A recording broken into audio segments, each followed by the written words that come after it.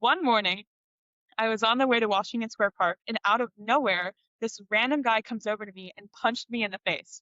Like I was one of the women who was punched in the face on the street. Oh So my I show up gosh. to the park after talking to the police because I ran from the guy who punched me. I have no idea. And they were like, Maddie, it's 9. Like, why are you late? And I was like, I just got punched in the face. Look at my And now, face. like, Yeah. the Washington Square Park hustlers, like, they're like a scary looking group. They have their stereotype. Let me tell you, this was like the one time I think I saw like all 20 hustlers bonding. And they were like, oh, heck no, Maddie. They were like, no one's going to be punching you again. Like, we will protect you. And they're like, we're going to teach you self defense right here, Maddie. Now, if someone grabs you like this, you're going to take your arm, you're going to get rid of. And like, literally, all 20 hustlers were like, no one's allowed to hurt you in this park. Like, no one should ever be getting punched in the face. It was adorable. And then they gave me candy.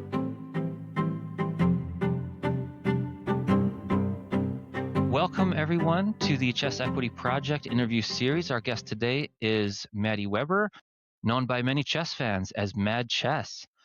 She's a competitive player and a content creator out of New York City. She just graduated from NYU and is now starting her master's program at the Stern School of Business at NYU in accounting. She recently topped 2000 FIDE and earned her first title of WCM. So we're very grateful to have you. Maddie, thanks for being here with us. Thanks for inviting me. This is so cool. I am so glad to have you.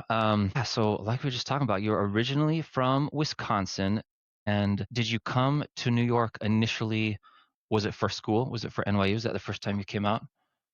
So when we were like touring around all but the couple of colleges on the East Coast, like I told my advisor, like I want to go to NYU because it's like a good school for finance, business, whatever. And it's Yeah. also right next to like such an incredible chess scene. So Yes. when we were touring around, it was like a little bit at NYU, but also like, yeah, there's a lot of chess to play here. So that was like top dream school for sure. Okay. Yeah, that's great. I mean, it's funny because I just Googled you and was like looking at your LinkedIn or wherever it was, and it was like, oh yeah, here's your bio, and yeah, like here's all these finance things you do, and you worked for Sony, and that's cool. But then it's like it almost feels like even in your like finance focused, accounting focused resume that like the chess really does pop out even in that sort of a atmosphere. Well, it's kind of like an interesting thing because I also go to a lot of different, like, I wouldn't say they're conferences, they're kind of like meetups where there's just like a huge overlap between like the finance Mm, mindset and chess mindset. It's very like, okay, how much risk do you take on, like maybe formula this, pattern recognition that, like, sure. especially with trading, like that's kind of a huge thing of like security trading. So, Yeah. like, it's kind of cool to see that like the chess mindset can really like go into any field and be like useful in any field. Yeah, that is interesting. We talk a lot about how, it can be applicable to lots of different things.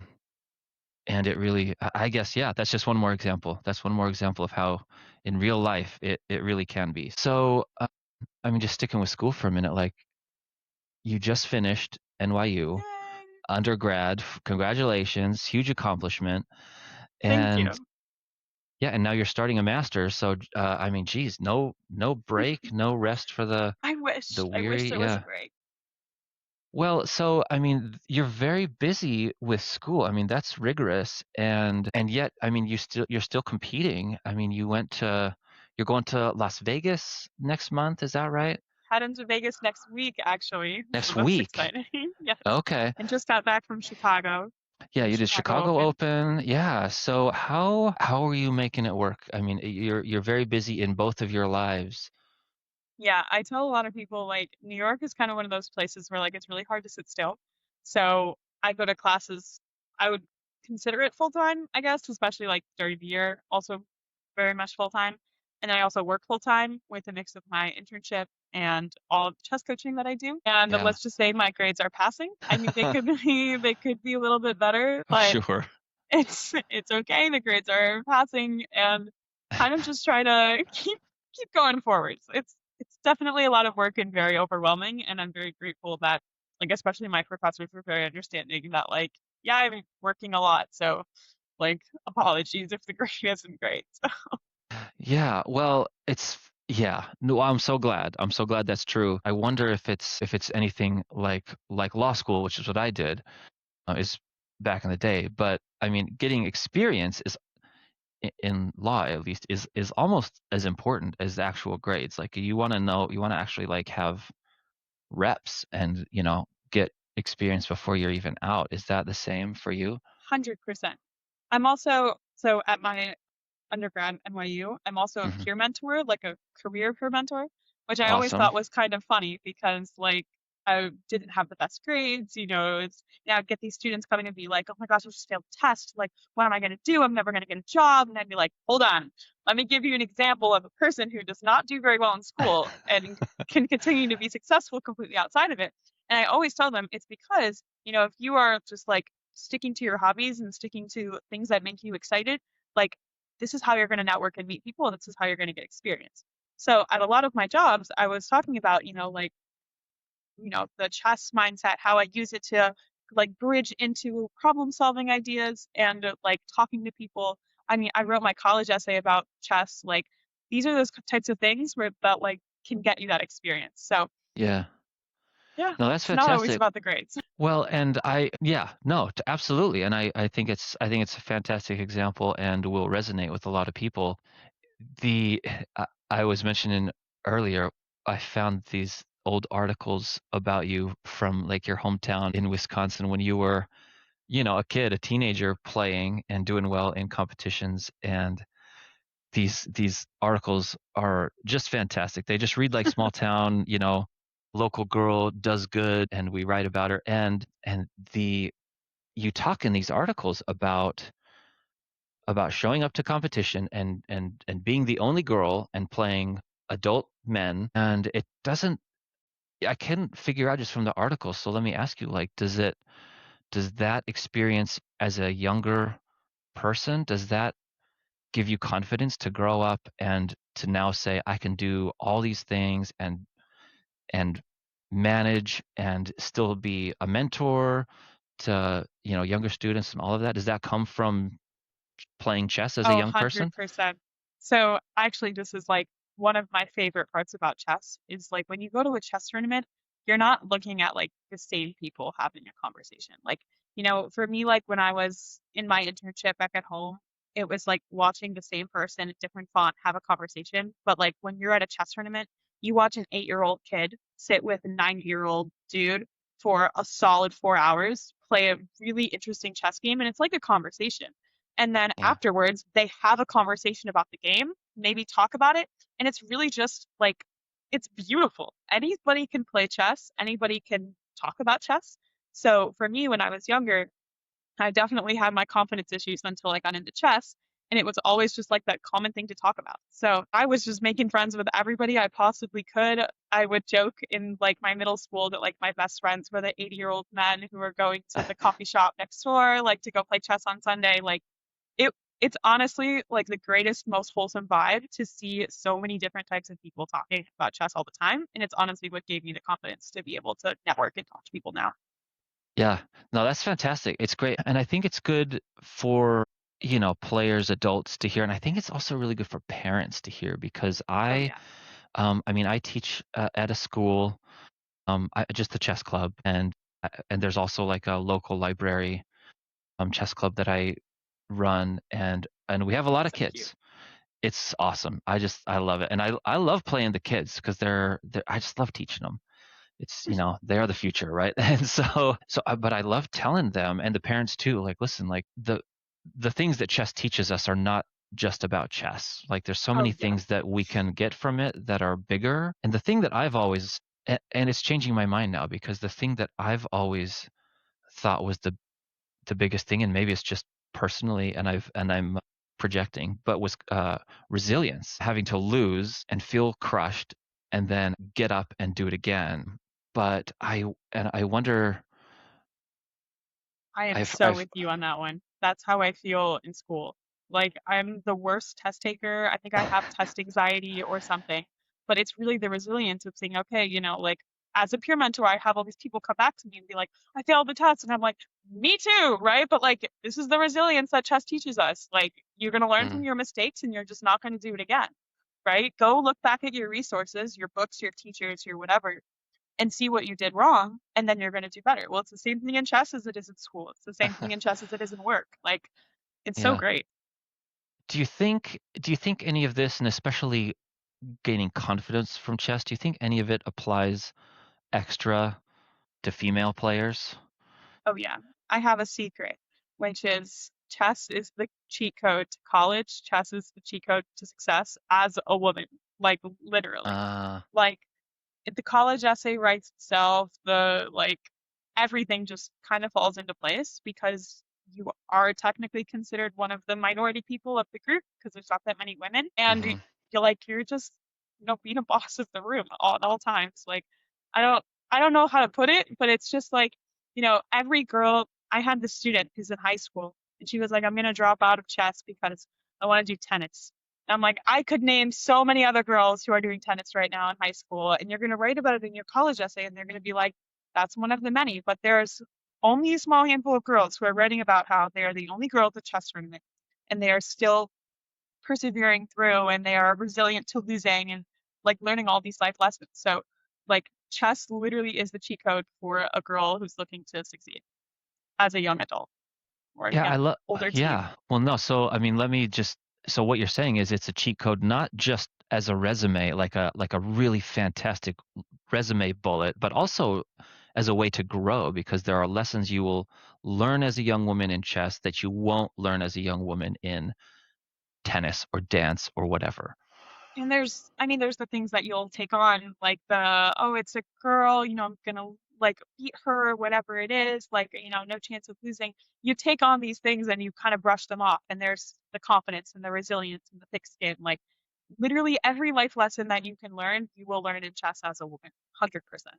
I love it. So, yeah. So, I mean, obviously, we're the Chess Equity Project. We're talking about, you know, parity and gender issues in chess. You seem pretty, and if I'm wrong, please correct me, but you seem like pretty not oblivious, but pretty thick-skinned to issues, to being the only woman in the room. I mean, I hear some women talk about that with a tone that sounds like it was a struggle and that they really hated it. And your tone and the quote that you gave this local paper was that that chess is a lot more is much more of a loving place than it seems. So, I mean, is that how you have always felt? Oh, yeah. I think, like, going back to that whole, like, anybody can play chess, to me, is just like, okay, we have our moments. Everyone has their moments in their communities, but like really the chess community is one of those places where it doesn't matter what type of person you are, where you're coming from, how much money you have. You can sit down at the board. You don't even need the board. You can play in your head. Every single person can play chess and talk about it and have a community about it. So it's like it's really like the most beautiful thing, and I'm so always positive about it. I had a conversation with someone the other day who was like talking bad about the chess community, and I was like, "Why are you doing that? Like, this is so amazing. Like, just like look at what's around you, look how many people are around you, and how different everybody is. Like, this is why this game is so great." That's fantastic. I love it. And I was in the army, and I felt that way about the army. I grew up in Utah, where almost everybody looks the same and believes the same and thinks the same. It was very much Oh a yeah. bubble, very homogenous, and I loved, and I got a similar vibe from the army. So many different people from all over the country, and it doesn't matter where you're from, like you're just thrown together. And yeah, so I mean, you're much more enmeshed in the chess community than I am. So I'm glad that that's the vibe that you're getting. That's wonderful. It's like kind of similar to the vibe of New York, which is why I love it so much, which is just like every person has their own quirk, their own everything, and they're all just bonding over the one thing, which is that we're all here in New York to succeed. We're all playing chess because we like it, like it's just a Yeah. bonding place. Well, so the vibe of Washington Square is, how is it? Yeah, I love okay. it there. I love it there. Guys, that's my favorite place ever. I love I the have a cast I of have a really fun characters I have a that really fun cycle through Washington your Square Park videos. story actually. Please go ahead. So my sophomore year of college, it was like my first 2 months-ish that I've been Sure. living there. Every Saturday morning at like 8 in the morning, I would walk to Washington Square Park and I would plant a board right next to Marty, who's like the main chess hustler, and I would sit with him all day, like from 8 in the morning to 5 p.m., like a full day's work basically. And he like I would just watch how he was talking to people, how he would bring people over. He'd bring people over to me. Maybe I'd make a couple $100. Like it was so amazing. One morning, I was on the way to Washington Square Park, and out of nowhere, this random guy comes over to me and punched me in the face. Like I was one of the women who was punched in the face on the street. Oh So my I show up gosh. to the park after talking to the police because I ran from the guy who punched me. I had no idea. And they were like, Maddie, it's 9. Like, why are you late? And I was like, I just got punched in the face. Look at my And now, face. like, Yeah. the Washington Square Park hustlers, like, they're like a scary looking group. They have their stereotype. Let me tell you, this was like the one time I think I saw like all 20 hustlers bonding, and they were like, oh, heck no, Maddie. They were like, no one's going to be punching you again. Like, we will protect you. And they're like, we're going to teach you self defense right here, Maddie. Now, if someone grabs you like this, you're going to take your arm, you're going to get rid of. And like literally all 20 hustlers were like, no one's allowed to hurt you in this park. Like no one should ever be getting punched in the face. It was adorable. And then they gave me candy. Like this, we are a community at Washington Square Park. Let it be known. No one's scary. No one's hurting anybody. We bond. Okay. This is a family. I love it. There's kind of two sides of that story. Like, yay for chess in the park, and Yep. also New Not York is so a yay to scary be punched place. in the face. That was a little traumatizing. Yeah. Geez, I'm sorry about that, but I love that there's such a community there. Yeah. No, that's great. Yeah, I love the cast of characters that cycles through your TikToks. Like you see all the repeat faces and everyone has their personality. It's just like, yeah, it's just like a little I family. love it so much. Also, like the same vibe of like Washington Square Park.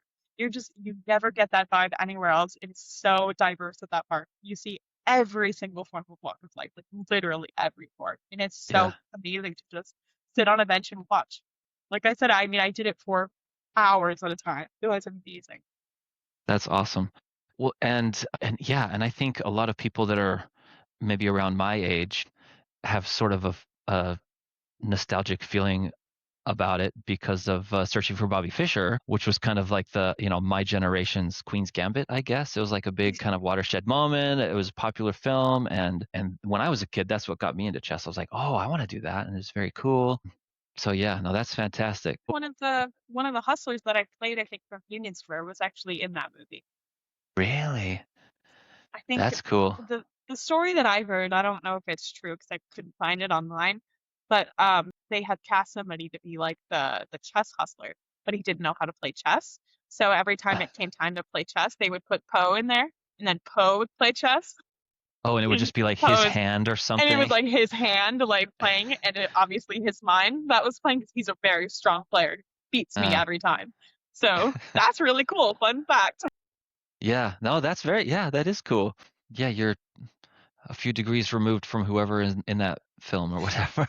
Yeah, that's great. If you would say like, what are the two things I'm most well known for, Maddie, what would you say those two things are? If you could just name two The two things that I'm the that most. that Maddie is most well known for. Oh gosh. Wow, put on the spot. I think I would say kind of like my like vibe towards community, which is just like the positive vibes of chess. That's probably one of them. And then I guess the other one would be, which I've heard unfortunately, is the trash talk, which which is kind of crazy because I'm I don't like it's all in fun. Yeah, no, it's in the park. That's so funny. No, have people said that as a negative thing? No, no, they say it as like a like, wow, you're the one trash talking? Are you the one who keeps trash talking to me? I'm like, whoa, like I'm sorry. That is so funny. Yeah, no, I mean I can totally see where those things come from because you've got a great attitude. You're positive. You just like exude positivity of chess. You're the American Anna Kramling, right? And That's the biggest compliment anybody's ever given me. Thank you. and also yeah, like trash talk. I feel like trash talking is sort of like you're holding your own. You're not just on the board, but in life, like, no, you Oh can't. I'm yeah. gonna I'm gonna punch back at you. But I think the big thing about the trash talking, and I'm hoping it's how I come off. I don't fully know, obviously, but like I don't trash talk the person. That's like a big thing that I just like I will never do. I've played people who are like, "You're so bad," whatever, blah blah blah, and I'm like, "No, I don't do that. I trash talk the chess, right? I'll Yeah. be like, "Ooh, that move was not too good." Like Yeah, like like that was a bad you move. don't like You're not a right like bad you don't person. you don't like this piece like all right well I do so that works for me like I Yeah. trash talk chess I don't like trash talking people that's kind of the thing. Yeah, a bad move does not make a bad person. Of Yeah, course. you're still. Yeah, no, that's great. Yeah, that's fantastic. I was thinking, yeah, playing in the park and the Jobava. Gotta I be. love my Jobava London. Yeah. I'm so mad too at the Chicago Open tournament. I learned something interesting now about like playing tournament chess, which is if they write my name down as my full name as Madeline, I have Yeah. no idea if they've prepped on me. Like maybe they got my full name from like the pairing sheet, or maybe they got it from online or whatever. But I played this one guy I'd never seen before, and he wrote my name down as Maddie. And I said, "Oh God, he prepped. He He knows. knows. He knows she's gonna play the Jobava." Yeah, and it's so tricky because as someone who, is well known and also competes, like you can't really hide what you play. People are watching you play. So And yeah, it's yeah, I've heard like from my friends, they're like, you shouldn't be posting your games. You want to keep your playing a secret. And for me, I'm still just like, this is a game. This is for fun. If I lose really bad in my opening, like I want to share it because, why not? We share the ups and the downs. If I lose playing my opening, if I lose not playing my opening, I just post it. And then they're like, but there's games that people can prep against you. And I'm like, okay, like go take the time. I don't know what I'm playing either. So, yeah. Well, and it's so interesting because this is like the constant debate of like, do we prep for somebody and do we change what we play, or do we try and play against what they play? And there isn't a clear answer. And I mean, even if everybody knew you played the Jobava, you're probably still going to outplay them because you know it better. I mean, there's kind of one school of sometimes I thought, don't even know what I'm gonna play. right? Yeah, and it's not like it's just the Jobava, but yeah. So you're teaching too. How many students do you have, and how's that going? How many students do I have? So I work for like a couple of different companies in New York, and then I do private lessons on the side for myself as well.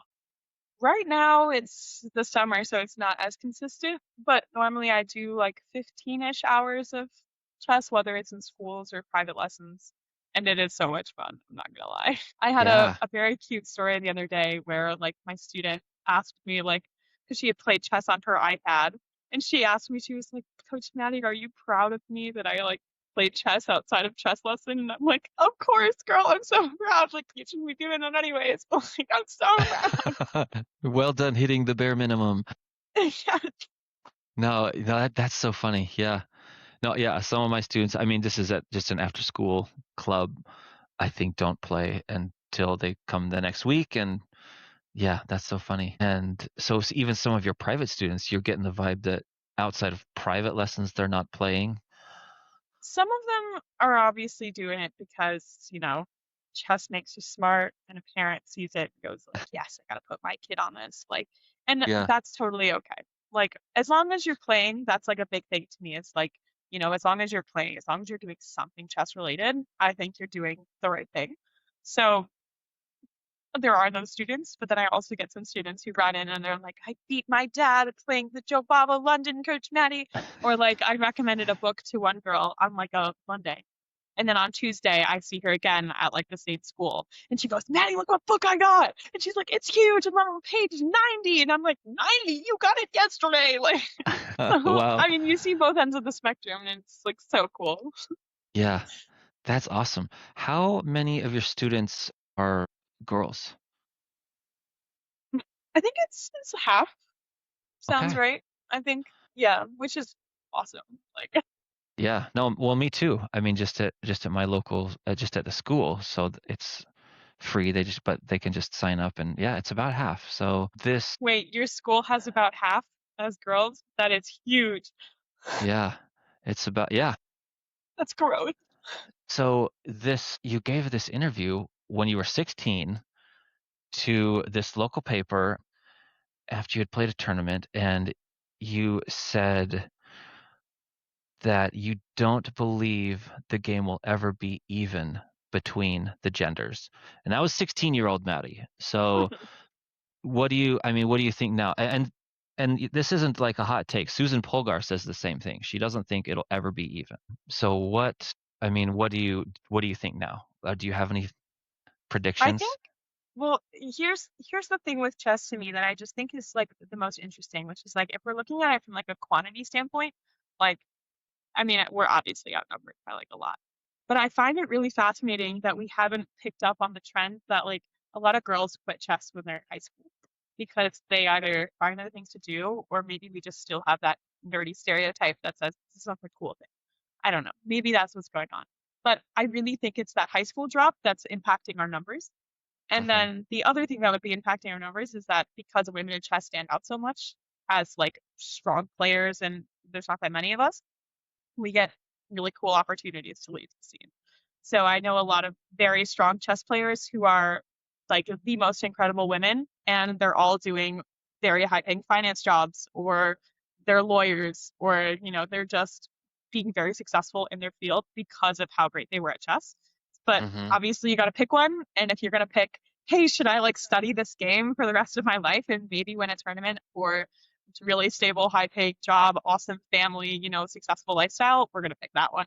So I would say just because of how like this the standard of being a woman in chess like works, I don't think it's going to be even anytime soon. But it's not that it's a bad thing. It's just because we're really cool. Like that's kind of why.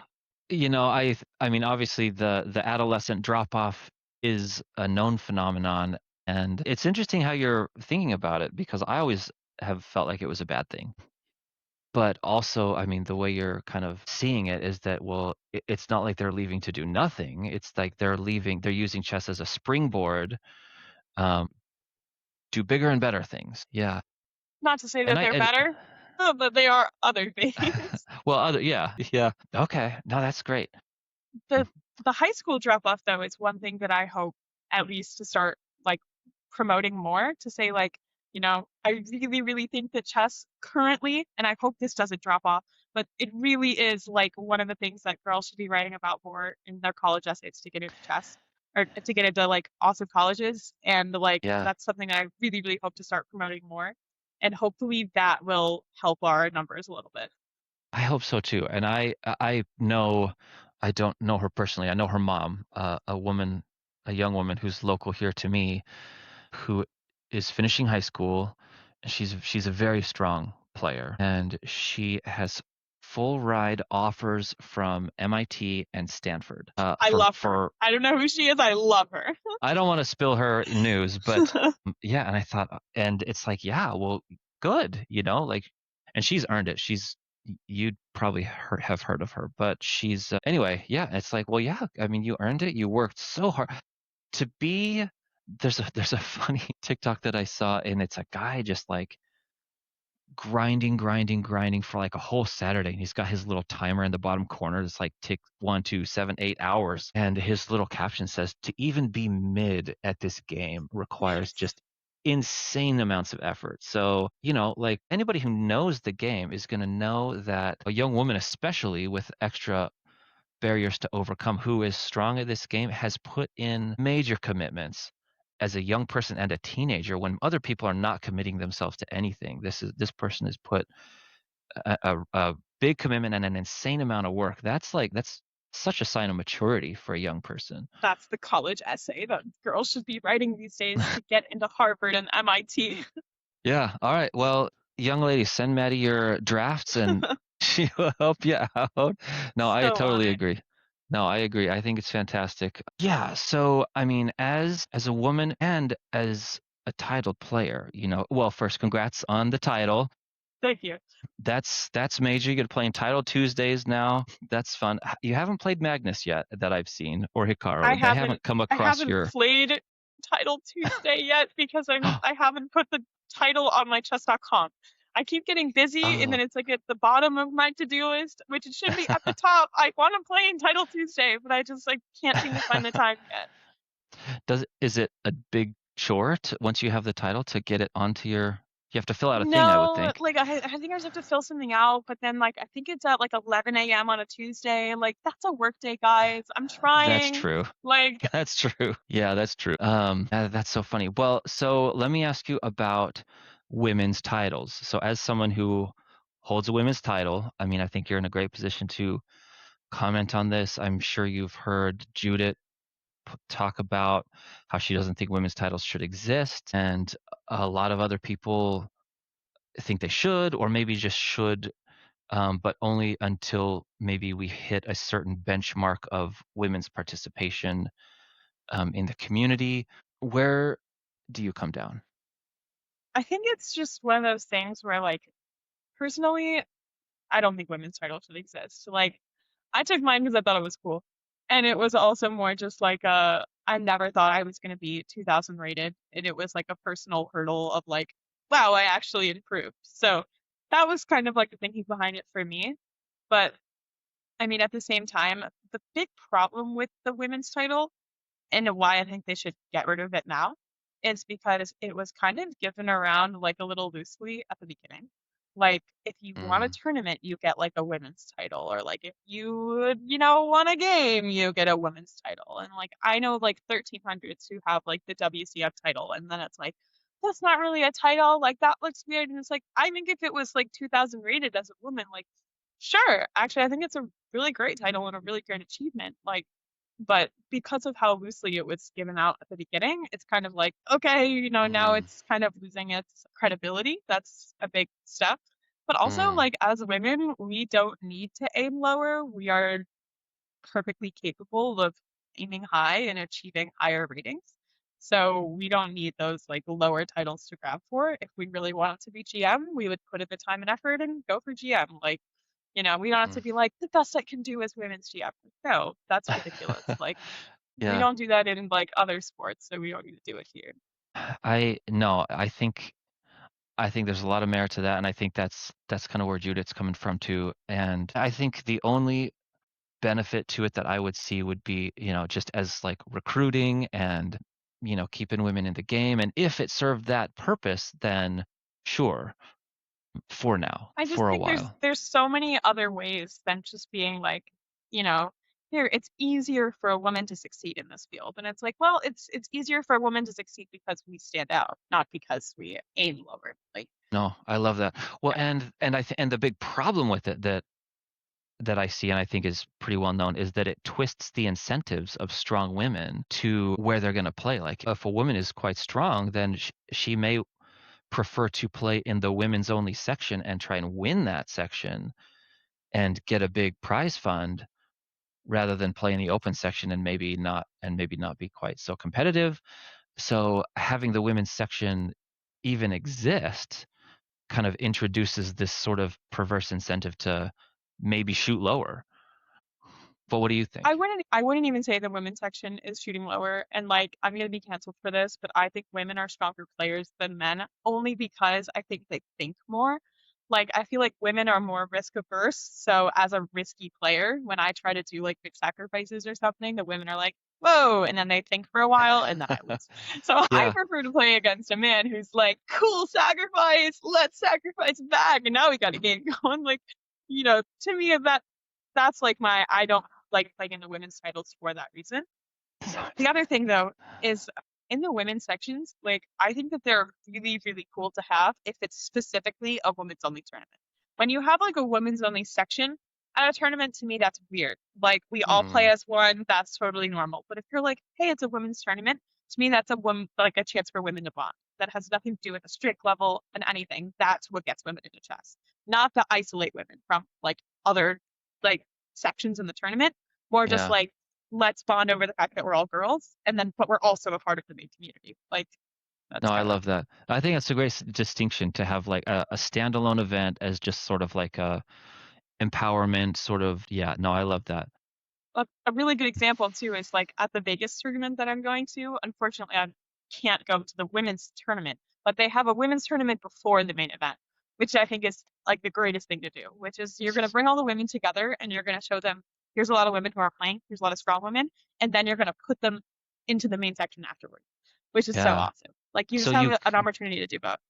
you could do both, yes. And I think that is the problem with a women's only section within the main tournament is that strong women have to choose. And if they were separate, then they wouldn't have to choose. No, yeah, that's great. Well, and it's interesting because I talked recently with Dr. Maria Kubel from University of London about some research she had done about behavior after having lost a game. And men, on average, played openings that were more risky and played a little bit worse directly after having a loss, and women played the same, like openings that were no different, not riskier, not more safe, just they were consistent, and they actually played a little bit better after having come off a loss. So I mean that kind of jives with your feeling about women, playing more steady.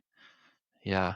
Yeah. And I mean, yeah. everyone has their own style for sure, but like I definitely think playing in women's tournaments, I go in more scared because I know as a more tactical player that I'm Mm, not gonna find as many risky players as I would in the main tournament. Maybe just because there's less players, I guess I don't know, but I get scared, so I don't play as well. yeah. There's a funny quote that I wish I could remember. It was basically saying if Mikhail Tal sacrifices a piece, then just take it. And if Petrosian sacrifices a piece, you should just resign because he plays so tight that he won't do it unless you're done. Unless it definitely 100% works. And so like you're kind of saying like that is your feeling about women in general is like they're playing Yeah, very solid. They're not just they're throwing stuff around. they're consistent. I would say that's the word for it. I am one of the least consistent players I think I'd come across. But every time Okay. I'm in the women's tournament, like I know for a fact, like if I'm playing a 1500, she's not gonna play like a 1400. She's not gonna play like a 1300. She's probably gonna play either 15 or up, Hmm. 100%. And like you really gotta lock in when you're playing against a girl. Okay. That's yeah, that's good to know. You are I mean you're teaching, you've got a bunch of students who are girls and young women. Obviously, I think you have a big reach. I think you just crossed 13,000 followers on yeah, that I'm old. I can't do that. Yeah, on TikTok. Yeah, that's so congrats. That's great. On Instagram, almost at 34K on TikTok. Yeah, oh, I must have mixed the numbers up. Yeah, Yeah, insane. That's amazing. Yeah, well done. and it's overwhelming. Yeah. I mean, do you feel pressure? Like, are you scared every time you post? Is it like, ugh? I mean, or It's kind I of mean, is the sample size big enough now that you are sort of like, they like me and I know what to expect? Or is it still like, they're gonna hate me? Or, I mean, how does it go? I mean, it's kind of like a funny story, which is like it back in August when I started, like I was posting for fun. I was posting to be like, Yeah, I less was than a just kind of, year, right? yeah, That's crazy. it is so insane. Like even just thinking about it, like I get kind of emotional because I'm just like, wow, Oh. like it's been like such a like so crazy experience so far. Which was like when I started, I was like, I'm gonna post 3 times a day. I'm gonna post two random like chess memes, and then I'll post one of these like meta videos. And then like within the first like 3 weeks, one of my meta videos had like 1 million views. And I was like, whoa, okay, meta videos do well, memes do not. Good to know. But I was like, but I still want to keep posting consistently because I was like, this is what's gonna get me like the followers. This is what's gonna get me to do something. And then a few weeks later, my video another video that I posted that I was like, oh, it's too long. No one's gonna like this. Like, it's whatever. Gets 4 million views in 3 days.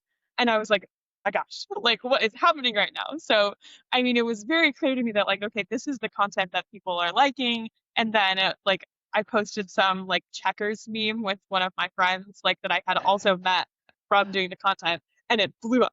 And I was like, they think I'm funny. Like, no They way. like me.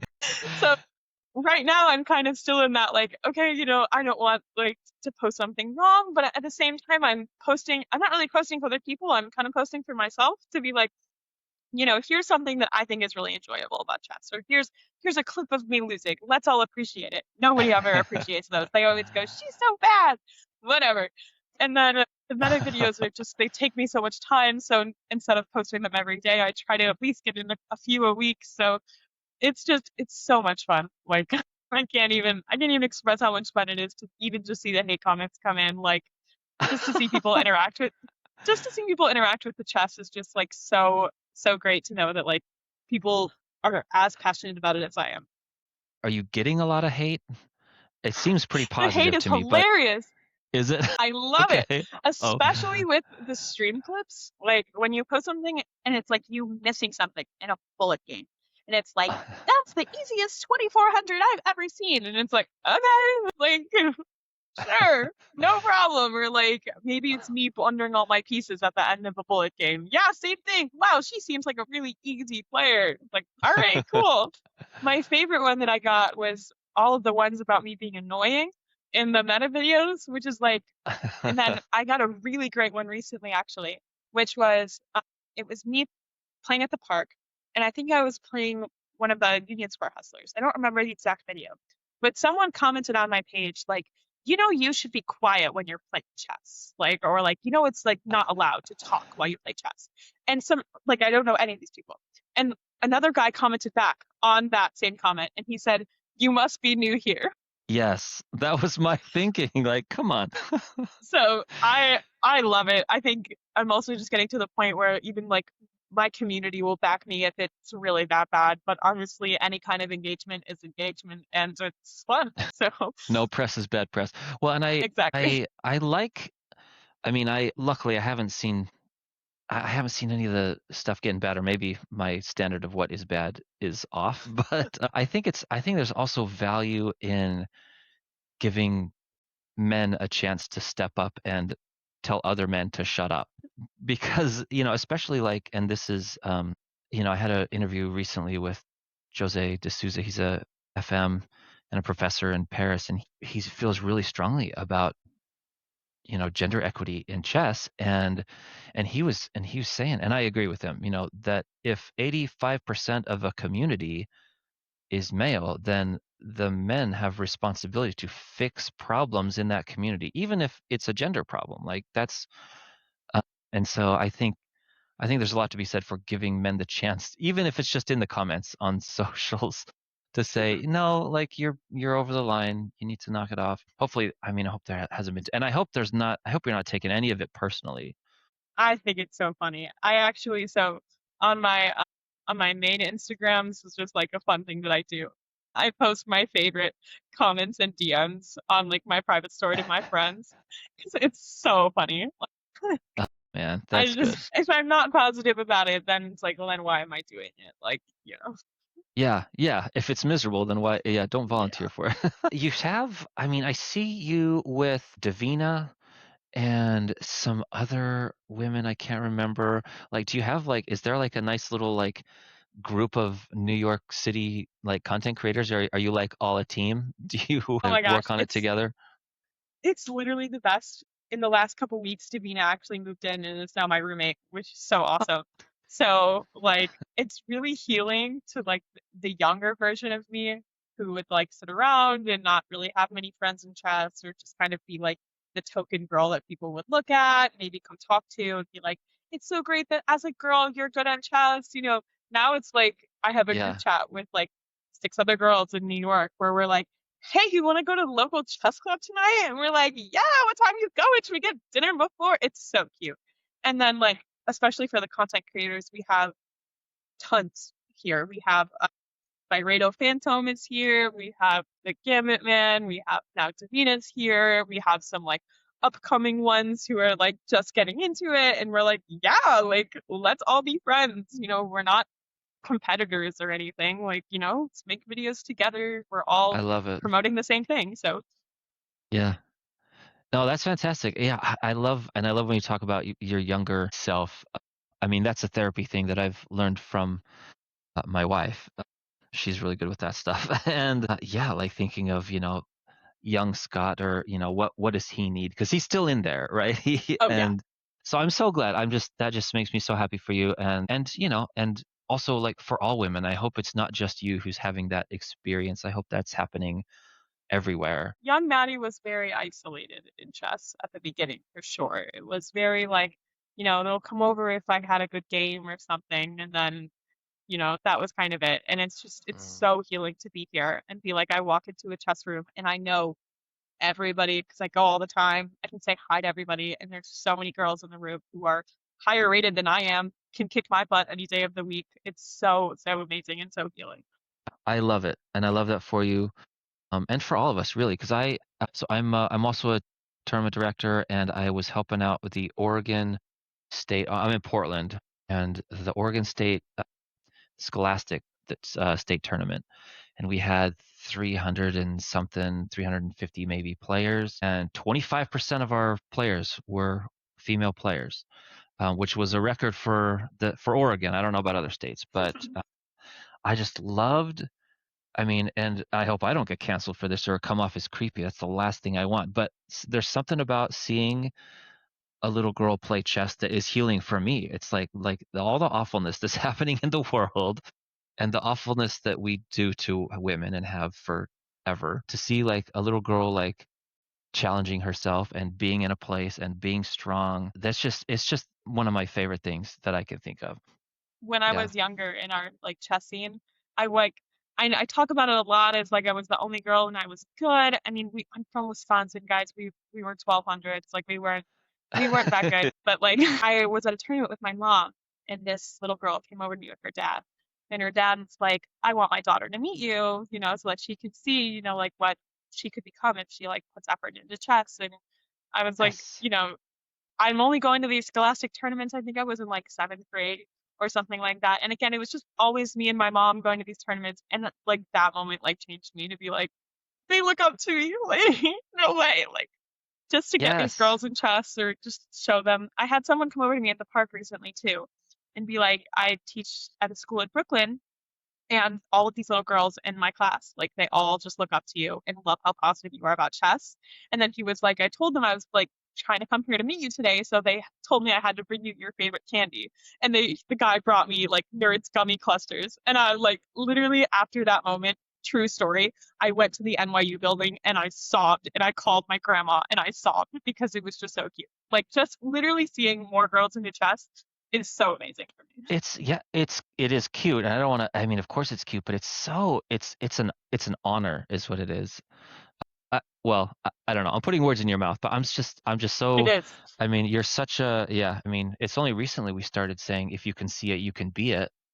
Right. And That's, that's I another mean, thing, huge, huge thing. Sorry to interrupt there, but like please go I ahead. had a I had a conversation with my best friend the other day too, as I was crying about this moment because I was like so moved. She was like, just like imagine how different like your experience would have been, Natty, as like a 13-year-old who was sitting there thinking about quitting if you had like a role model like you. And I was like, wait, that's like really cute. She was like, just Yeah. imagine what it would be like to have someone who's just always so positive about the thing that you're so passionate about. And I mean, we have that now. Like we have this like 8-year old in London who is gonna be a grandmaster. Like she is, I don't know how to pronounce her name. She's amazing. Like She just got her norm, didn't she? that's what's like what I'm saying. And what she's Yeah. like 8 or 9. And I'm like, if Insane. I was 8 years old and I saw this girl succeeding across the world, it would motivate me to be like, yeah, we can do it. And now we have all of these female chess content creators who are so positive and so open about winning and losing and being the only girl that it's changing our environment for sure to at least Yeah, motivate more girls. And it's so amazing. it is. It's amazing. Well, let me ask you, like, if we put you in charge, how would you keep it going? What would there be any changes you would make? What would you do? The only change that I want to see happen is I want to see more girls in high school stick with chess so that Okay. they can see how successful it can be and just like how Mm, life-changing it can be. Especially chess has opened every door for me, made so many friends. I just want to see it impact other people the way that it impacted me. And the other thing to me that's like just really, really important is chess community, which is like I Mm, was telling someone else about this too, is like as a girl in chess, we don't want to be seen as a girl in chess. We are another person of the community. We are not good because we are a girl. We are good because we put in time and we put in hmm effort and we are just like everyone else. So I think the more that chess community and chess energy is spreading, the better it's doing. Like the better it's going to be. So yeah, Yeah, no, that's great. Well, and I think one of the things, I mean, historically, obviously things are changing quickly, is has been a barrier for young women is visibility is one. And I agree with you, that is changing very quickly. But also like coaching has been a big problem. And I know that we don't have many women who are coaches. I mean, obviously you're one, and thank you for that. Thank you for what you do because it's important, and we know it's important. And so I think that's one, and that's and can we talk just for a second about how specifically we would do it? Because an idea that I have, and maybe I can bounce it off you, is yeah, we know that girls in high school leave the game. And I mean, academically, like in the literature, they call it the adolescent drop off. And but I see at this, at this state level, like girls who are strong, like girls who, for their age are doing well.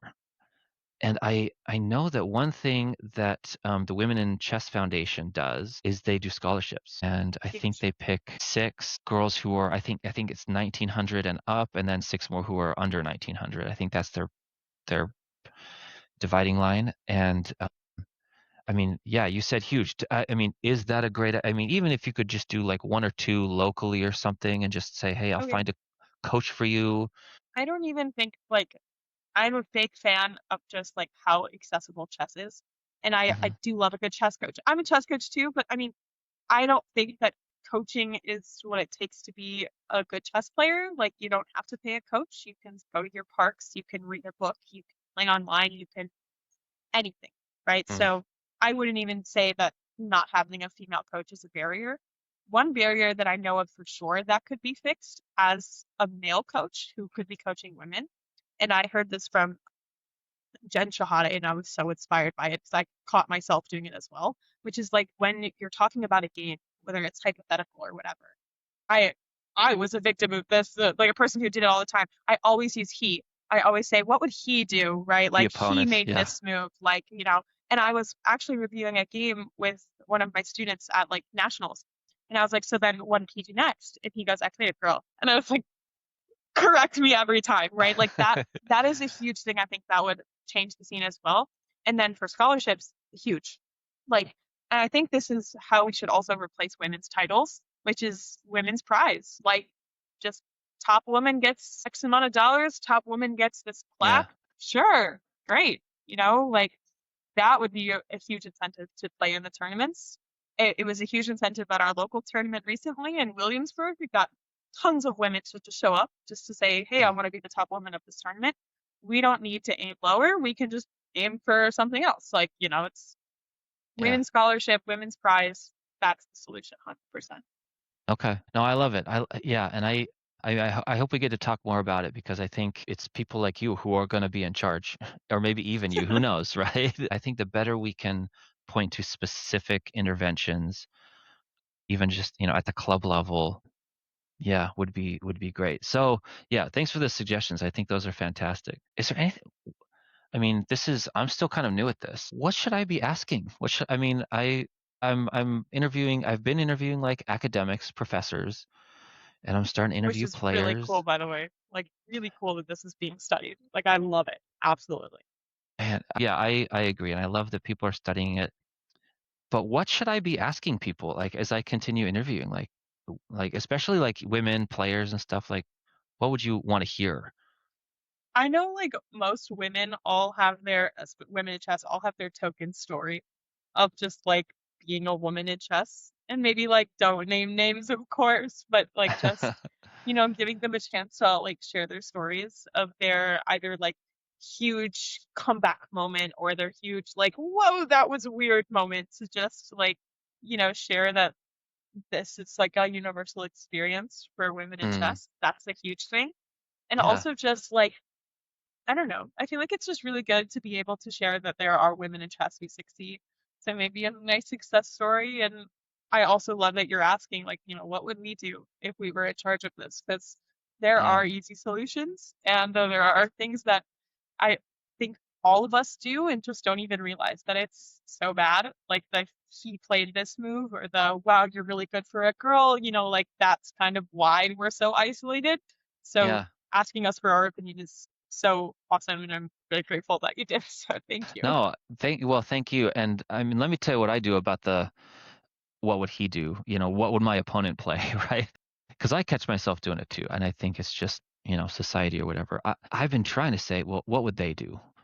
And just use they instead because I mean, a lot of times it is a girl, right? Yeah. And I just think, well, I mean, why do we I don't want to just assume anything, but I mean, do you have a Yeah, solution? that would work too. I mean, just throwing in the fact that you have no idea who you're playing against Mm, is huge. Whether you want to throw in a he, she, whatever they, anything, as long as it's all being thrown out there and not just one, just that's really assuming what that it's matters. yeah, just Right. acknowledging that, okay. I honestly think it's more powerful in some cases to say, what did she play? And be corrected. Just to be like, yeah, no, there are women, Yeah. just I was so like taken back that I was corrected when I was like, I played a girl. It's like, yes, yes, you did play a girl. What did she do? I love it. And I love that I love that it's you being corrected or like I mean it's happened to me too. So let me ask you, I just have a couple more questions. Like what is the thing in chess that you're the most proud of? I mean, I guess Uh, this is your success story. Like do you have any like a single thing that is really stands out to you? I would say like the thing about chess that I'm the most proud of is the resilience thing and like how I bounced back. I mean, I have my like couple of big success stories where like when I was in my first couple tournaments, I drew a FIDE master and he cried. Like and that I I love was that. 1300 and I was 13 years old. And like, it was a huge deal. Like, okay, whatever. But I mean, for me, it really is the growth of being a chess player, which is like when I was younger, I would go to these tournaments with just me and my mom. And bless that woman, I love her so much. She would watch me have a tantrum after losing a horrible game or losing to a child or losing something where I was winning. And I would throw things across the room and I would cry and scream. Mm, And then she would always just tell me, like win or lose, you're going back to school. So, just keep playing. This isn't that serious. And I take yeah. that with me every in everything I do, and especially at chess. And going into a tournament like with my friends, and then being Mm. like, at the Chicago Open, it's a really good example. I blundered my queen in 15 moves in an hour, and you know what? I'm laughing Ouch. about it because it's okay.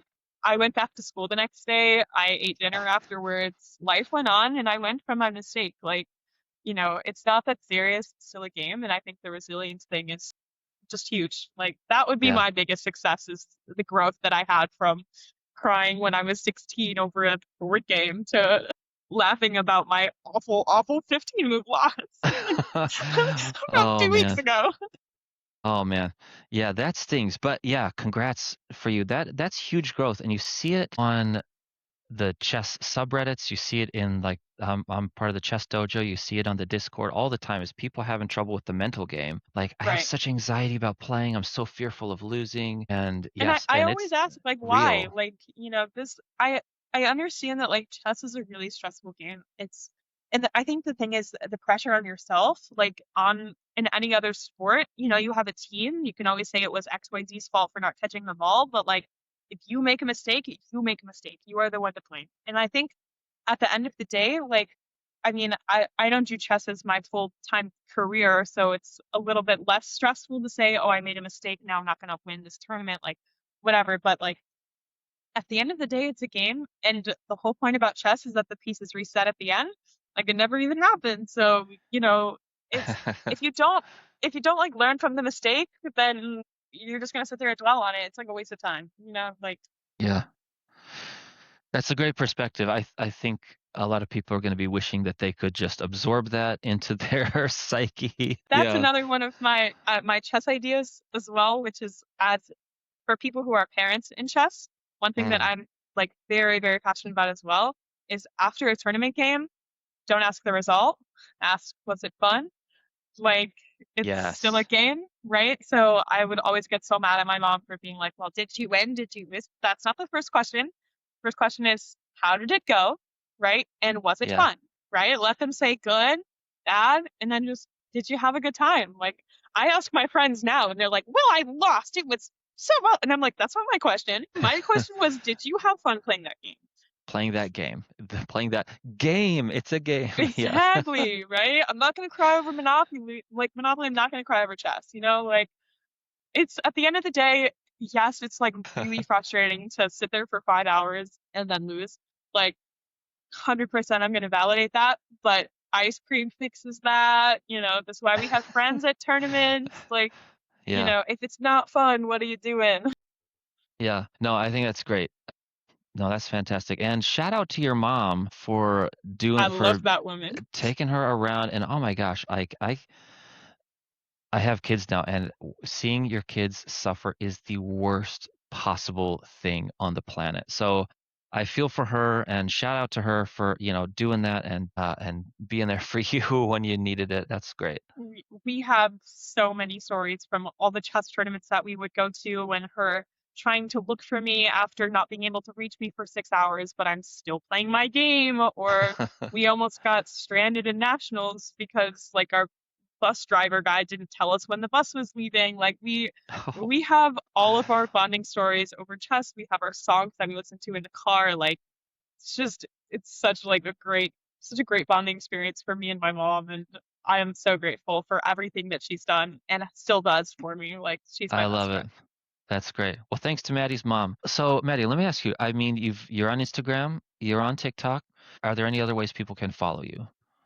YouTube and Twitch as well, same username, and I'm learning Okay. technology, so we'll figure it out how to Man, use the those more often. technology. Oh yeah. I am so bad with technology. Like, it's embarrassing to be Gen Z and be this horrible with using a computer. Is there any other way that people can support you? Just keep being positive about chess. That's really it. Show your positivity about it. And yeah, and support your local creators just by, that's really it. I'm really not even in this for like the personal support. I really just want to promote chess positivity. So any way that a person is positive about chess is supporting me. So